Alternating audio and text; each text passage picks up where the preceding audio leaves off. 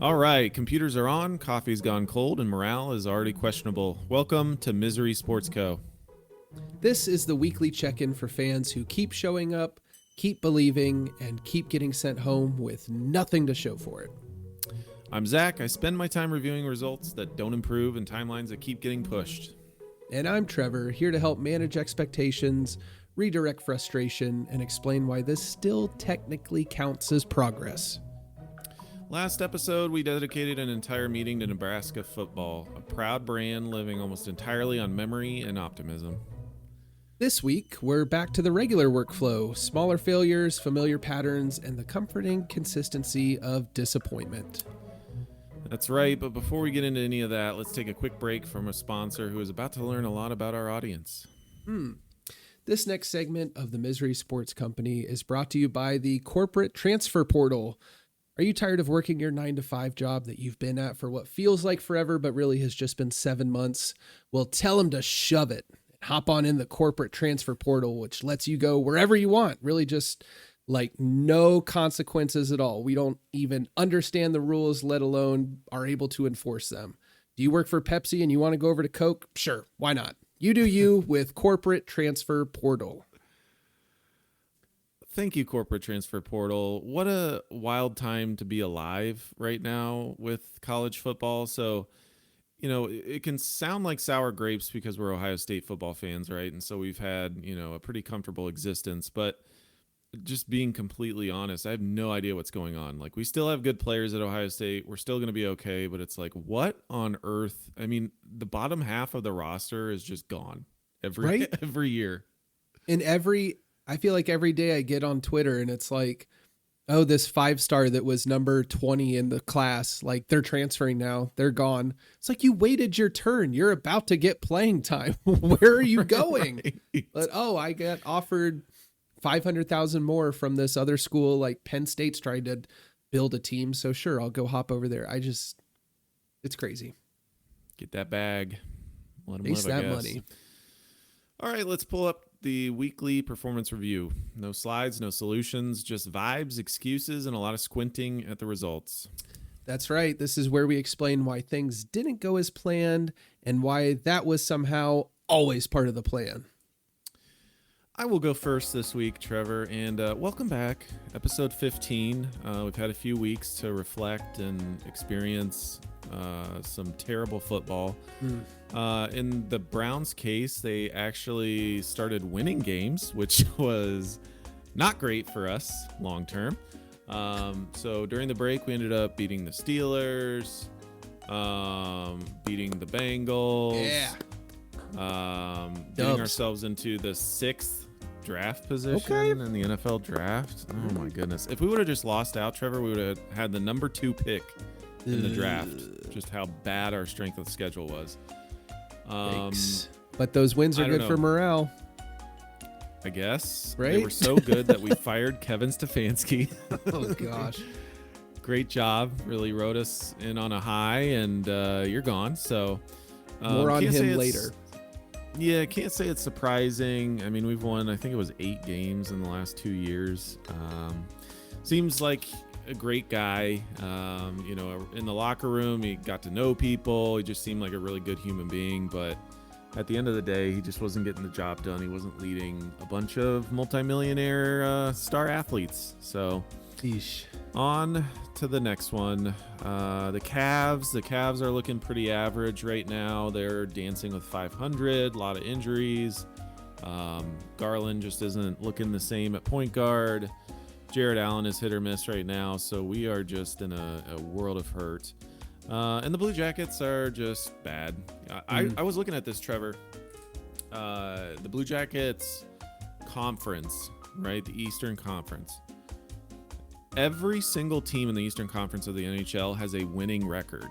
So the Blue Jackets have a winning record. They are dead last. Jeez, man. In the conference. Jeez. So that's when that's like the Western Conference in the NBA, in the early 2000s. It was just like everyone is a good team. You're a good team. You're going to be on the Western Conference in the NBA. So that's how it feels right now. So it's tough. The West is real top heavy, but we got those bad teams over there at least to beat up on. East is stacked. Well, Trevor, what have you got for the weekly performance review? Yeah, it's like you said, we've had some time off, and it was equally as sad over here on the Titans. Just really excited that the season is over. Thank goodness. Back-to-back seasons of 3-14. Woo-hoo-hoo. Really defines what Misery Sports Company is all about. Thankfully, the Titans lost both of their last games. I say thankfully because we've managed to get the 4th pick in the draft. Shout out to the Browns for winning that last game against the Bengals. Really appreciate that, because that kicked us down a spot on strength of schedule tiebreakers with the Cardinals. So who wants to pick 3rd when you can pick 4th, really? That's what I say. So we're excited to pick 4th. We can't do anything right. We just can't. And it's completely on the Titans, because if you'll recall back in week 5, we beat the Cardinals on a series of really stupid plays. Just fumbles into the end zone, all sorts of goofy stuff happening in that game. If the Titans had just lost that game, we would be picking number 1 again. But we decided to win. The Cardinals helped us out. It's a real 3D chess move by the Cardinals, so shout out to them. Titans lose 34-26 to the Saints in week 17. That randomly got people thinking that Tyler Shuck is better than Cam Ward. I'm here to tell you that's not true. We were basically playing practice squatters for our entire defense outside of Big Jeff. So, like, you can pick apart that secondary, no problem. We're going to make you look special. Tyler Shuck's a great player. No disrespect at all, but, like, some weird stuff came out of that game because people just saw that the Saints won. And anyways, and then ended the season with a division game as always. This was against the Jaguars, who we have famously had great success against all the time. This time we took the lead 7-0, super positive, but it was on a designed run from Cam Ward, who doesn't have a lot of those. And there was kind of a late hit where a guy tackled him in the end zone and landed right on his shoulder. And he has a grade 3 sprain in his shoulder. And there was thoughts that he was going to need surgery. And so he was done for the day. And we promptly did not score the rest of the day and gave up 41 points. So 41-7 was the final score of our last game. Looks like there's no surgery needed for Cam. So that's good news for him.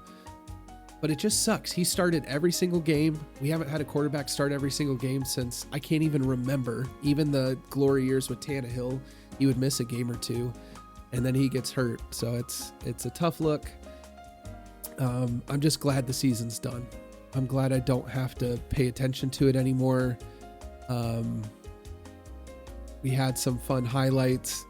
I'm sure in the coming weeks we'll do some sort of review of the season and kind of give a post-mortem, but that was the big takeaway. Is thankfully we're done watching that. Mavericks still have decent vibes. The Stars vibes, yikes. We're still, I think, 2nd in the league, but we have not won in 6 games. I think the score might have gone final against Washington, where we did win tonight, but bit of a rough patch. Well, they've given us a lot of good content this year. Great start for Misery Sports Company. Jeez, dude. All time. Yeah, I wanted to just take some time too at the end of this segment and review at least some of the top performers for Misery Sports Co., which would be the bottom of the standings. So as we head into the NFL draft, we have the Las Vegas Raiders at number 1, it looks like. We covered them in one of our episodes. We did. Wouldn't you know it? The New York Jets are number 2. Jeez, dude. They have a great spot at Misery Sports Co. All fans are welcome. Arizona Cardinals, number 3. Tennessee Titans are 4. And then to round out the top 5, the New York Giants. So the Browns are looking from the inside or from the outside in. With that, they're at number 6. Trevor, it's not looking great. I think all of the top 3 teams need quarterbacks, so not sure the Browns are going to be solving anything this year. It's tough. Yeah, you really have to pick. I was looking, there was a stat that was going around Twitter, and all but 2 or 3 of the starting quarterbacks in the playoffs this season were all first round picks. So you gotta get a quarterback in the first round, and it's tough to do when you're not in those top 3 or 4 picks. It's tough. Indeed. Well, as we look ahead, expectations are being carefully adjusted, timelines are getting flexible again, and everyone's quietly choosing which parts of this to remember. Before this turns into a closed-door meeting, let's take a break for a sponsor. Yes, let's take a break. Have you ever, Trevor, wanted to stop your opponent from celebrating multiple times at the end of a game you've clearly lost? All the time. Look no further than the Big 12 Ref/Sugar Bowl Stage Crew package. Here to make sure the game never ends, and it comes with enough confetti for 3 false start celebrations. Oh, man. Which game was that where it just wouldn't end? was that the Ole Miss game? It was a Sugar Bowl. It was Ole Miss, Georgia. Yeah, dude. It was over. Several times it was over. They dumped Gatorade safety on one of them. Wasn't it Georgia had a back and forth play or whatever. It ended up being a safety. There was no time left. Yes. So the refs decided to put 1 second back on a game where Georgia has to kick a safety onside kick down 5. I don't How are you going to do an onside free kick? I've never, how does that even work? I don't know what you would do. I don't necessarily fault the stage crew part of this package. Thank you for your sponsorship. But thank you. I mean, they don't know. They think that the game is done. They're like, oh, this is a normal game. We should get on the field and let them celebrate. And the refs are having no part of that. No, they got them off twice. 2 times there was a stage on the field, and they said, move it back, wrap it up. Yeah, that game was nuts. Man. I forgot all about that. There was also another game where the ref, maybe this was in the NFL. Do you remember the game where the ref, there was like a walk-off play or something, and he keeps going, the game is not over, the game is not over, the game is not over. No. And then there's a break, and then he goes, expedited review shows a touchdown, the game is over. I was like, well, okay, we literally just got everybody off the field. I'll have to look up which one that is. Yeah, poor refs. Thank you for your sponsorship money, though. We appreciate you. Yep. Welcome to the mailroom now, the part of the building where logic goes to die and every message feels personal. None of these tweets were screened, proofread, or sent with the benefit of sleep. That is right. And I'll kick us off. So I have 2 tweets of the week. My first one is Browns related. It's from @MLFootball. They say, with sirens in all caps, historically bad. Cleveland Browns rookie quarterback Shedeur Sanders had the worst QBR in the entire franchise history. Oh, no. Sanders' quarterback rating this season was 18.8, the worst of all time. Shedeur was on pace to throw the most interceptions ever by a rookie. Who holds that? Is that still Peyton Manning that holds the interception record? I think it is. And it's a lot. It is. Fuck it, Trevor. We ball. Throw them interceptions. Just launch it. We want it. Just launch it. Yeah, we'll see. I don't know. I don't even have an opinion on Shedeur. It feels very similar to Cam Ward, where it's just like there's no one blocking well for him. There's no receivers that are the tight ends are pretty good on our team, but the receivers are just bad. Yeah. So we'll see. Jerry Jeudy Jury's back? Out. He might have one more year. Okay. He might have one more year. I'll have to check his contract, but I think he was on the second year of a 3-year deal. Yeah. I think he led the league at one point in drops. I was going to say, if he can hang onto the ball. Yeah. The skills there, but well, to put it in context, Cam's QBR for the year was only 33.1. So I feel that was good for 28th in the That's league. double, Trevor. Okay, That's true. double the QBR. That does seem to be higher, but that's still a wildly fail because QBR is on a 0 to 100 scale, right? Yes. I think it goes up to 100. So not great, We're but entering fair. Jamarcus Russell Stop! territory. Don't bring up Jamarcus. I think No, he we're was not. single digits. Just like his Wonderlick. My second tweet actually comes from a random NBA game. So I think it was the Warriors and the Clippers, and the broadcast team had Snoop Dogg in, and he was just like a guest broadcaster, and they had a legit crew. I mean, they had Reggie Miller in here. All right. And so at one point, there is a clear goaltend that does not get called, and Steve Kerr, the head coach for the Golden State Warriors, loses his ever-loving mind. And this is the commentary from Snoop Dogg. It is fantastic. Here it is. Oh, look at Steve Kerr. He's all the way out here. Uh-oh, Steve, don't get thrown out. Get him out of there. Get him out of there. Back him up. Back him up, GP. Back him up, Steve. Ready to fire on him. He's already gone. Steve banging Inglewood right now. Inglewood. Get him, Steve.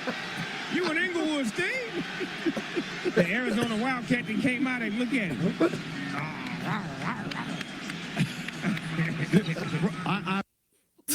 Oh my gosh, that's so good. Back him up, Steve. Talking to Gary. Back him up, GP. Back him up. Oh, back him up. Oh, man. That is So great. thank you, Snoop Dogg. It was good stuff. Excellent. Well, then there's this, which somehow arrived super late. Feels like it was typed through gritted teeth. I've got a couple entries for us today. I have got the first one. So there's a running joke that AFC South teams, anytime we get into the playoffs, we're going to be the early slot. Like the Texans have played in like the 1 p.m. playoff spot for years. They finally got a primetime game, so that was kind of a running joke. But at Eric V. Dunn said, Jags make a Super Bowl, they going to have that bitch at 1 p.m. Nobody's interested in us. At Stucky2 says, here are the worst records in the NFL. And we'll start with kind of recapping what Zach said earlier. The Cardinals, 3-14. The Titans, 3-14. The Jets, 3-14. The Raiders, 3-14. But at the top, Sauce Gardner at 2-15 because he got traded from the Jets to the Colts for lots of picks, basically mortgaged the future for Sauce Gardner because they thought this is our time. And then the Colts went on a super losing streak and Sauce Gardner had the worst record in the NFL. So he's going through it. Colts fans are going through it. You're welcome here at MSC.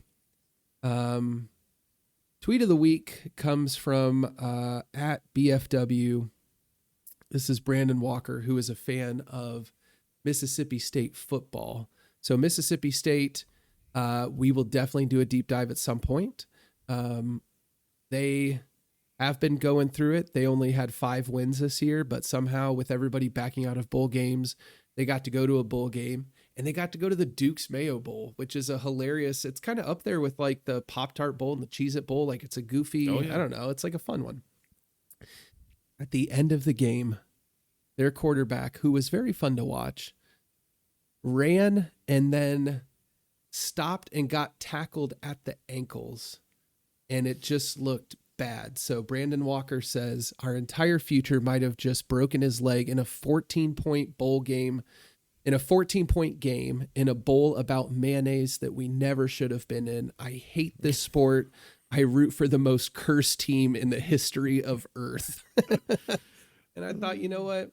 That sounds exactly like how we feel here at MSC. The good news is he did not break anything. It was just a bad sprain. So miraculously, he pulled through. But BFW, you are my tweet of the week. Well done. And shout out to those bowls, too. Like you said, the Cheez-It Bowl, the Pop-Tart Bowl, like they're doing it right. They've got all the bits. Yes. like huge Pop-Tarts, human-sized Pop-Tarts that are jumping into a toaster, and then it pops out like a legitimate edible giant Pop-Tart. It's so good. And the coaches are in on it too. Like they're having a good time, they're having fun, and at the end of it, they're like eating the Pop-Tarts, and I'm here for it, man. That's what Absolutely. it's all about. All bowls should lead into the bits. My favorite bit this year was that Pop-Tart bowl. They somehow made it like it's the Pop-Tarts, like you said, that are human sized and alive. It's their dream to be cooked and eaten by people. Like, it's what they exist for. So they have these signs like, help my dream come true. And they lower them in the toaster. It's so great. Oh my goodness.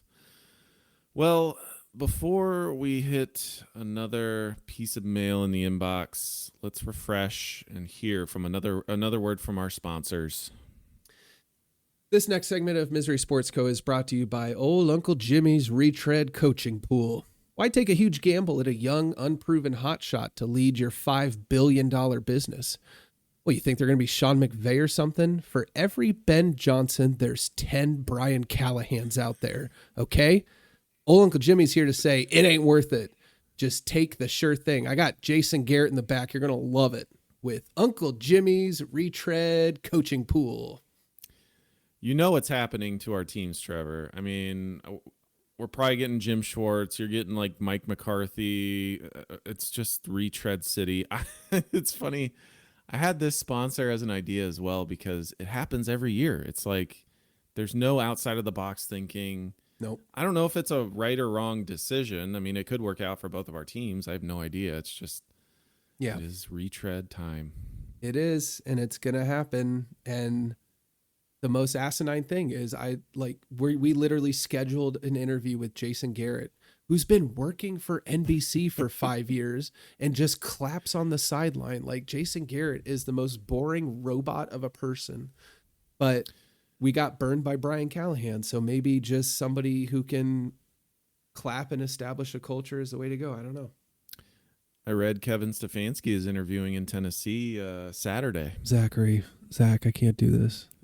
Saturday is the day. I can't do this. Everybody's really excited about it too. I just super excited, Trevor. It's the best. Oh my gosh. We here at MSC are so plugged in to the Browns that we know what that means if we hire him. And I feel like I'm the only one that is watching this train wreck. Everybody's super excited about this train, but I know there's a critical flaw and it's going to fly off the tracks. And I just have to stand there and everybody's clapping, train, train, train. And we're going to watch it explode. And it's going to be awful. It's going to be so bad. But at least it's not Brian Callahan, I guess. I guess he's two coaches of the year, baby. 2-time. Can't do it. Yeah. Give me Mike McCarthy. Just give me like 3 or 4 years of Mike McCarthy to reestablish the culture. I know he's boring, but like he was winning 8 and 9 plus games. I think he had like a 12-win season with the Cowboys. I would kill for that. Mm-hmm. That sounds like something I can't even comprehend. If he gets us 8 or 9 wins for a few years and kind of resets things, I'm here for it. Let's go. John Harbaugh? Oh my gosh. Do you know the terrible things I would do to get John Harbaugh to coach my team? I would plug my nose and take him in a heartbeat. I mean, I hate Absolutely. all Harbaughs, but come on down. In an absolute heartbeat. There are teams, I've seen reports, there are teams who are talking to him behind the scenes that they have a coach that they love, but they're like, dude, if you want to come coach here, we will fire this guy in a heartbeat. Just like, do you want to come here? So like, I know the Titans are at the end of his list. He's never coming here, but I would do terrible, terrible things to have John Harbaugh coach my team. He grew up in Ohio. He's a Browns fan. Play the Ravens twice a year. Revenge. Next. Let's keep this going. What if he brings Derrick Henry with him? What if Nick Chubb comes back with 2 good knees? What if Baker Mayfield comes back to right the wrong? What if Odell Beckham re-signs Oh my gosh. Let's get everybody. Mark here. it down now. Derrick Henry will not be a Baltimore Raven next year. You heard it here first. It's not happening. He's not doing it. So he will be out Patriot? There. Kill me, Zach. Oh my God. Don't say that. Kill me. Mike Vrabel. He knows Mike Vrabel. That is, don't. I've got my tinfoil hat under here. You're tempting me to put it on and explain how terrible their schedule was. Now they haven't beat anybody. I'm not going to do it because I'm a sane person. I'm with you. I'm a sane person. They haven't done shit this year, and yet everybody's. I'm glad you brought that up though, because when Kevin Stefanski won Coach of the Year, it was in seasons like that where the teams were just not good that we were playing. We were beating them, but then you end up with 12 wins against nobody. So we'll see. Yeah, we'll see. We'll see. Good luck in the playoffs, Mike. We're all rooting for you. All of us. Super great. Well, I think it's time to highlight some moral victories, moments where trying counts more than actually succeeding. These are the small wins fans hold on to when the scoreboard insists there's nothing to celebrate. Well, I'll start with my employee of the week. Last time we met, it was Tyler Shuck. I'm here to tell you that's not happening again. In fact, I'd like to retroactively take back that award if I could. I can't because it's been mailed out. But this week... Did we even mail it, Trevor? They said they mailed it, but we know how that team in our office works. They probably didn't. Subpar. Yeah, real subpar. Listen, they unionized. We're in a tough spot. They're not going anywhere. This week's employee of the week goes to Dallas Mavericks point guard Brandon Williams. So Brandon Williams is a fourth-year player who was on a two-way contract with the Mavericks last year and just balled out.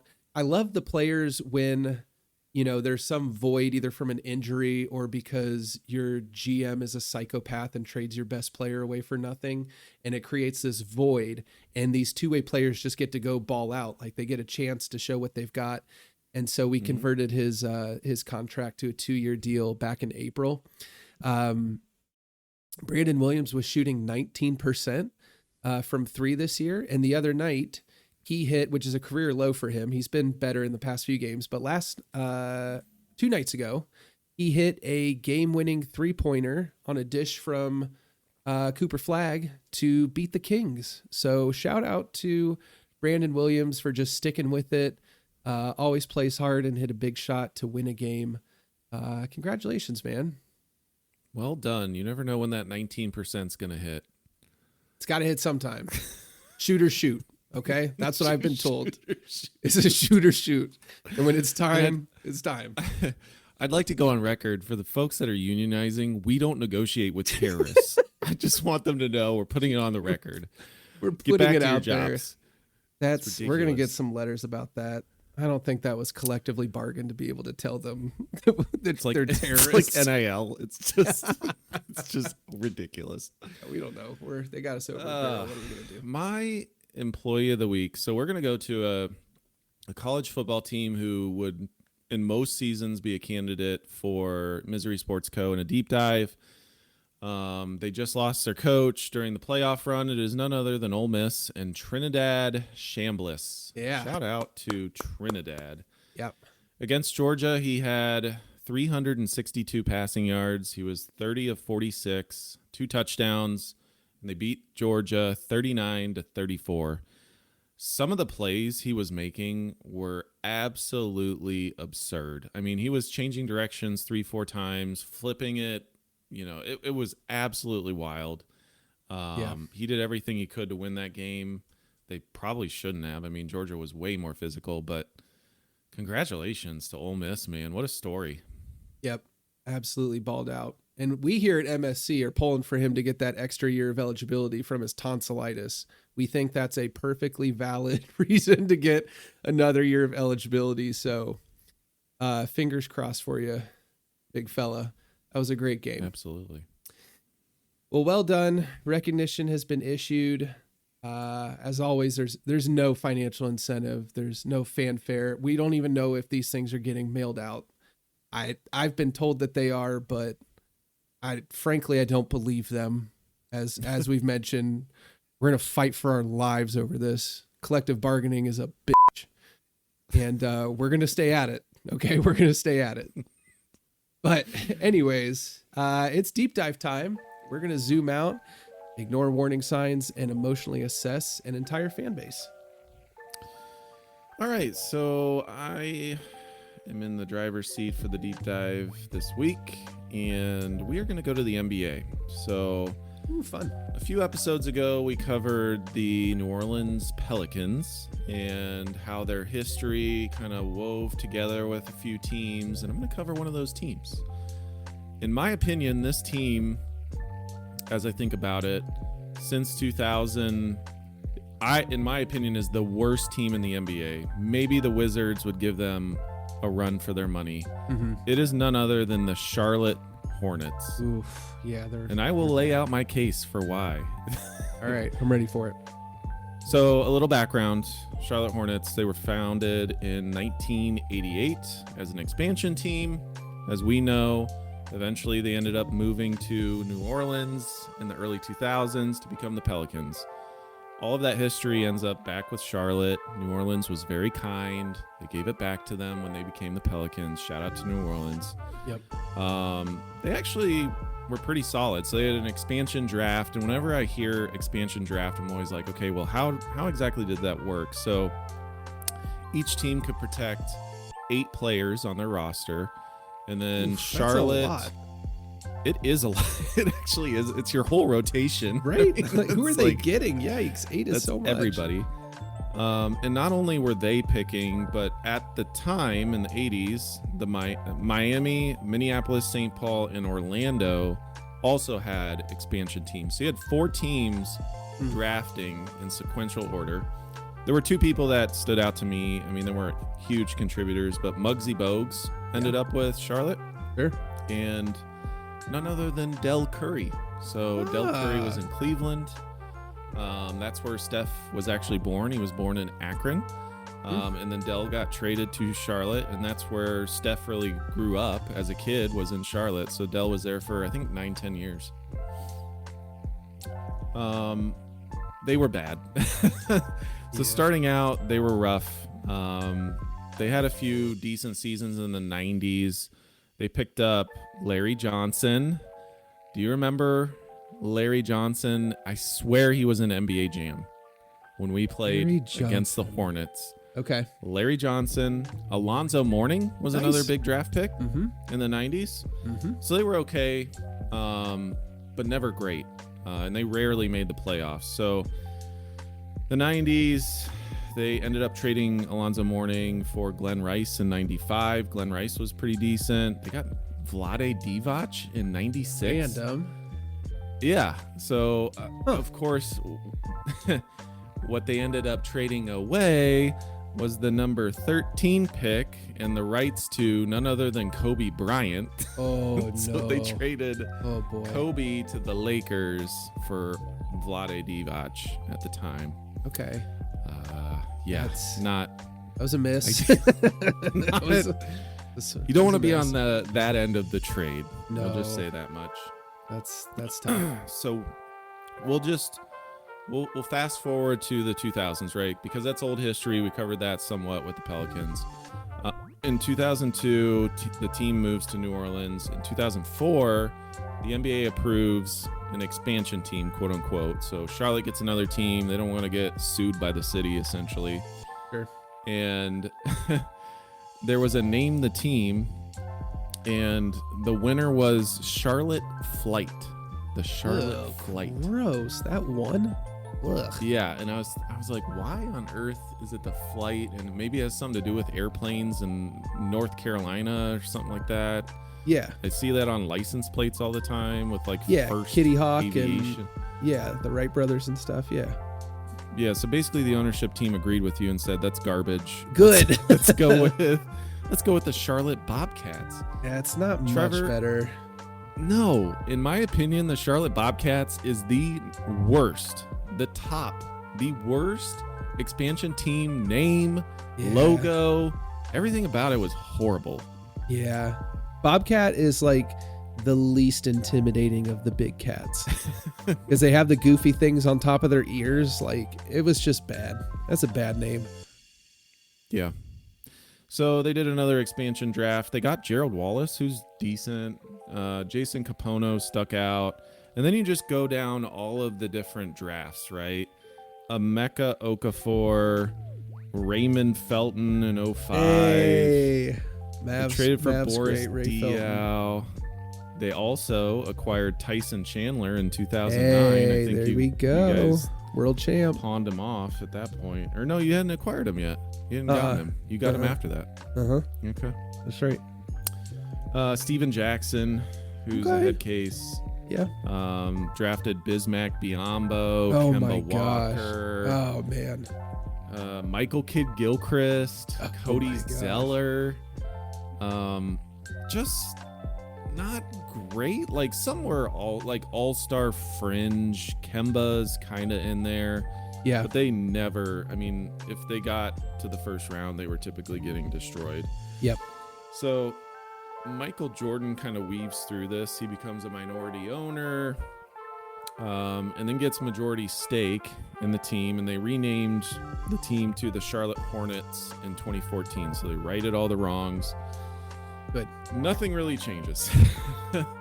They go through Jeremy Lin, Nicholas Batum. They have a winning season. They lose in 2015.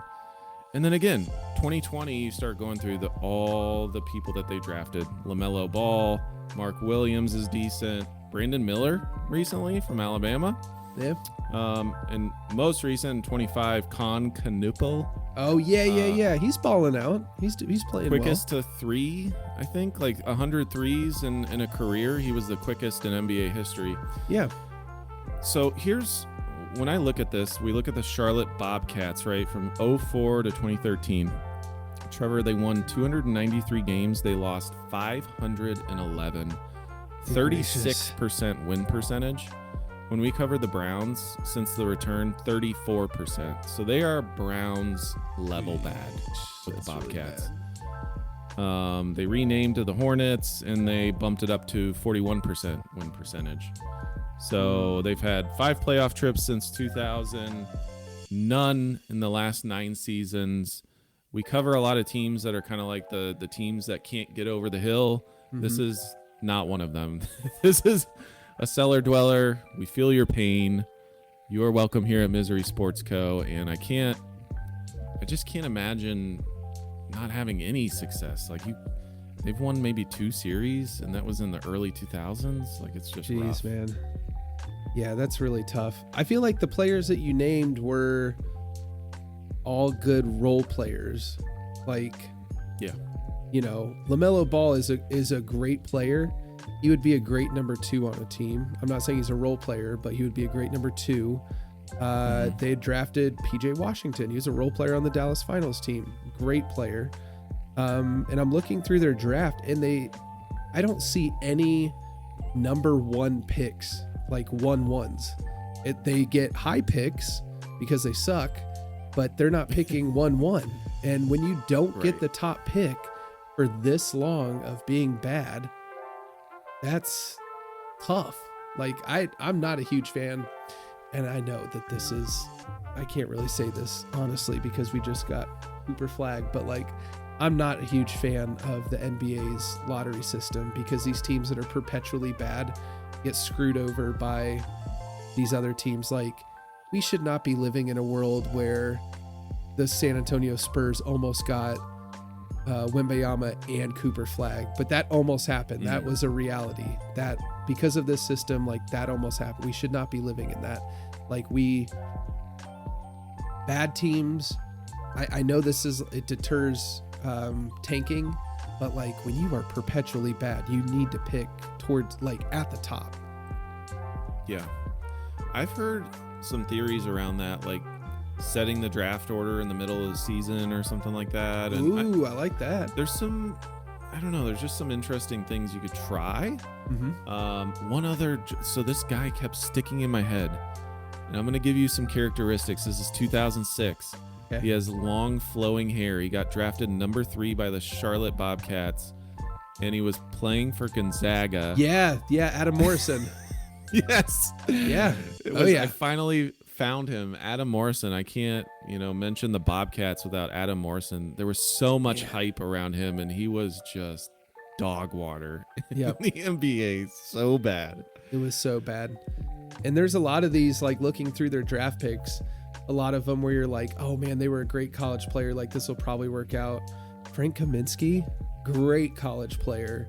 Why are we spending a first round pick on Frank the Tank? Like, what are we doing? Without looking at the rest of the 2015 NBA draft, I guarantee you there's 2 players after the 9th pick that you would rather have than Frank Kaminsky. Yeah. Miles Turner went 11. Devin Booker went 13, but they picked Frank Kaminsky. Scary Terry was 16. Run. Oh my gosh. It's just painful, man, when your front office just doesn't have a clue. It just hurts, and you start to slip into that hopelessness of like, this is never going to change. Like, this is who we are. And that I feel for Charlotte Hornet fans.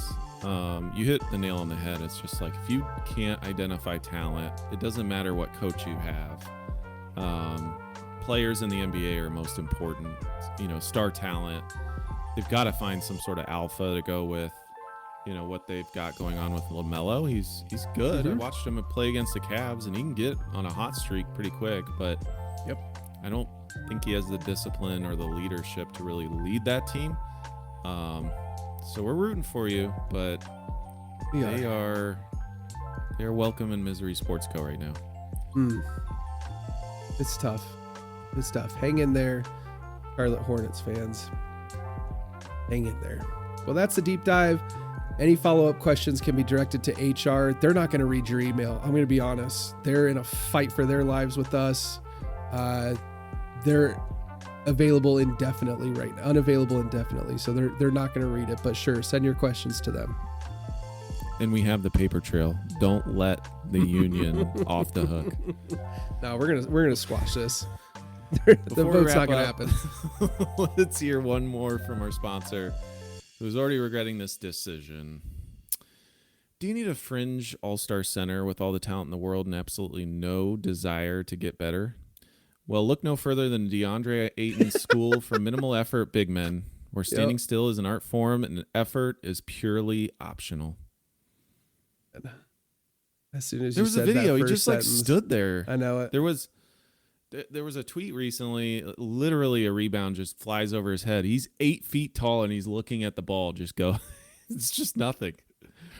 When you're on a team with Luka Doncic and your bad defense sticks out, that's a problem, because Luka should be the only one that we are like, wow, that defense is bad. But yeah, I saw that video. Mavs fans wanted him at one time, and it was like, no. It's wild when you just don't have that motivation, right? Like, I think some people referenced his only motivation was getting a contract, essentially. Right. Getting a max contract, which I don't fault people for getting generational wealth and working hard in that regard, but it's like, dude, you play a game. Like, you're huge. You have all the talent, the skills, the athleticism. And like you said, Luka will give you 20 points off pick and roll just doing your job. Yes. It's an easy job. And he just got out of Portland. He was stuck in Portland. You're telling me you get traded to the Lakers and you can't try after being in Portland? Like, what are you doing, dude? You got to try. That's crazy. Yeah, so, but thanks for the dollars. Exactly.